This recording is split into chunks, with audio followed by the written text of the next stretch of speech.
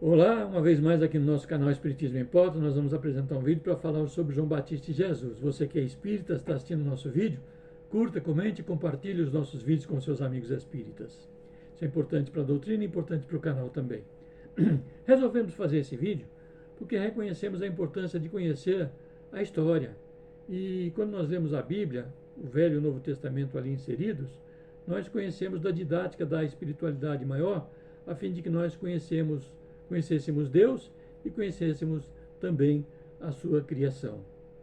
Os evangelhos canônicos nos apresentam Jesus como Messias, Filho de Deus e Salvador da humanidade, como um rei sem cetro, servo e mestre a um só tempo. Cada um dos evangelistas, Marcos, Mateus e Lucas, eles apresentam Jesus segundo o conheceram e são sinóticos entre si, ou seja, seus evangelhos são semelhantes entre si em relação à sua estrutura, conteúdo e redação. Quanto ao Evangelho de João, talvez pelo fato desse ter convivido com Maria, mãe de Jesus, conforme avalia Haroldo Dutra, num outro enfoque, naturalmente, ele se diferencia dos demais. Não me recordo se foi de Severino Cavalcante que eu ouvi em uma palestra que vi no YouTube, não tenho certeza, ou se de algum outro expositor espírita, de que os três primeiros apresentam Jesus como o maior em Israel. Então, Marcos, Mateus e Lucas apresentam Jesus como o maior em Israel. João, porém, o apresenta como o maior do mundo. E é de se perguntar, e nós? Sob que perspectiva e forma conhecemos Jesus? Né? Os ensinamentos do Mestre, eles foram para todos. Nós até já dissemos isso num vídeo anterior. E não particularmente para os judeus. Muitos dos que o conheceram foram do seu tempo reencarnatório, se encantaram com seus ensinamentos e exemplos. E ainda assim, mesmo tendo sido vítimas do sistema vigente e que vige até hoje, foram sacrificados nas arenas romanas, porém, com cânticos de louvor, porque entenderam a boa nova que ele trazia, que o Mestre Jesus trazia, e é de se perguntar uma vez mais, acrescentando a questão anterior, e nós? Quando entenderemos? Quando Jesus terá cumprido a sua tarefa em relação a nós, de cristianizar o mundo? Quando? Né? Na mesma época, João Batista, que era primo de Jesus, era mais velho que Jesus, pouca coisa, e a quem Jesus respeitava e que dele disse, de Adão a João Batista, ninguém nascido de uma mulher é superior a João Batista. De modo que ele, Jesus, jamais deveria reverenciar qualquer outro.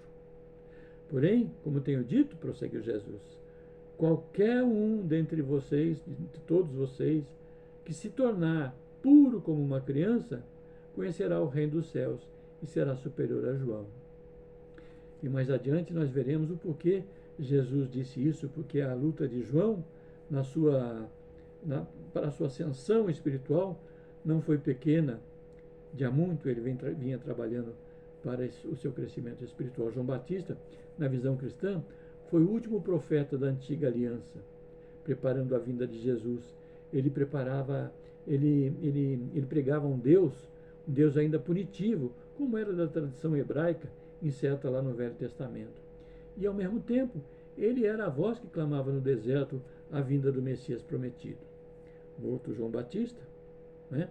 Jesus então inicia a sua tarefa reparadora da humanidade, trazendo para todos um Deus de amor, a quem ele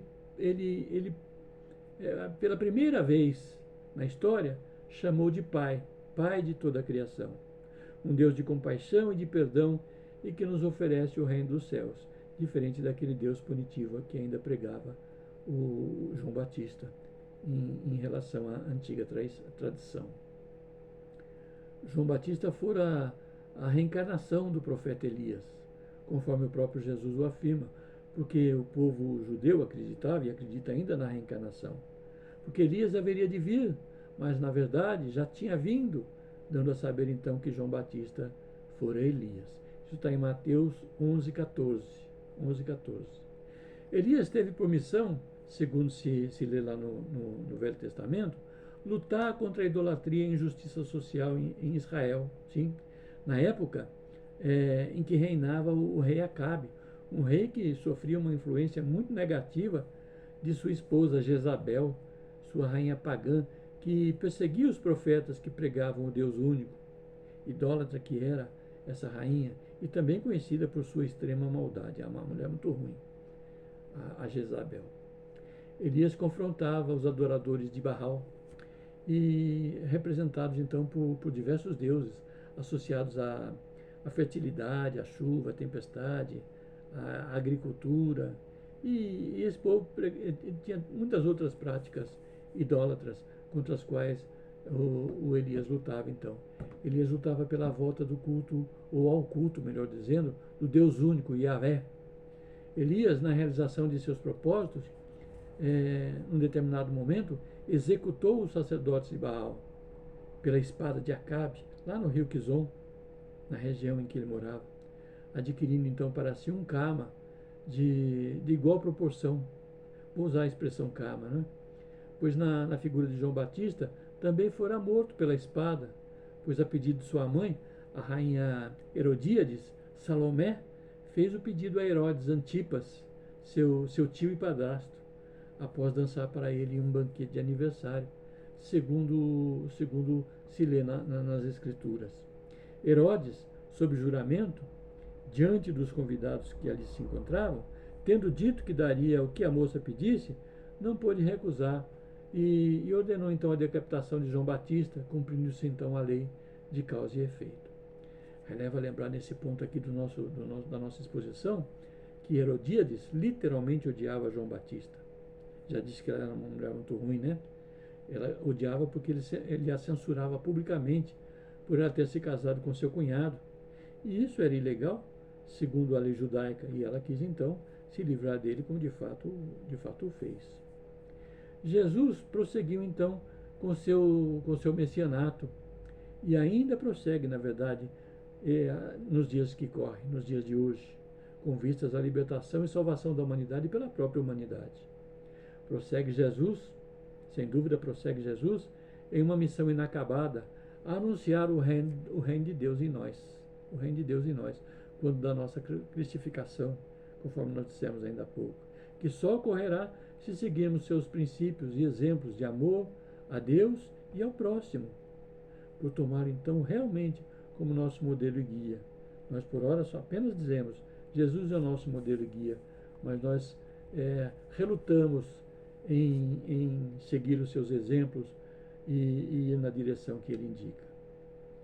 Nós fizemos esse pequeno vídeo, um vídeo curto, mas bastante esclarecedor na minha ótica, ou na nossa ótica, de quem preparou o trabalho, pesquisou para falar, para lembrar que a leitura tanto do Velho quanto do Novo Testamento, eu já disse isso, estou apenas repetindo, é enriquecedora para o nosso conhecimento. Lembrando, porém, que os ensinamentos de Jesus são uma evolução dos 10 mandamentos de Moisés, que eram praticados por João Batista. Que os ensinamentos de Jesus cabem e devem ser acolhidos por qualquer iniciação religiosa, cristã ou não, ou mesmo para aqueles que não têm religião alguma, né?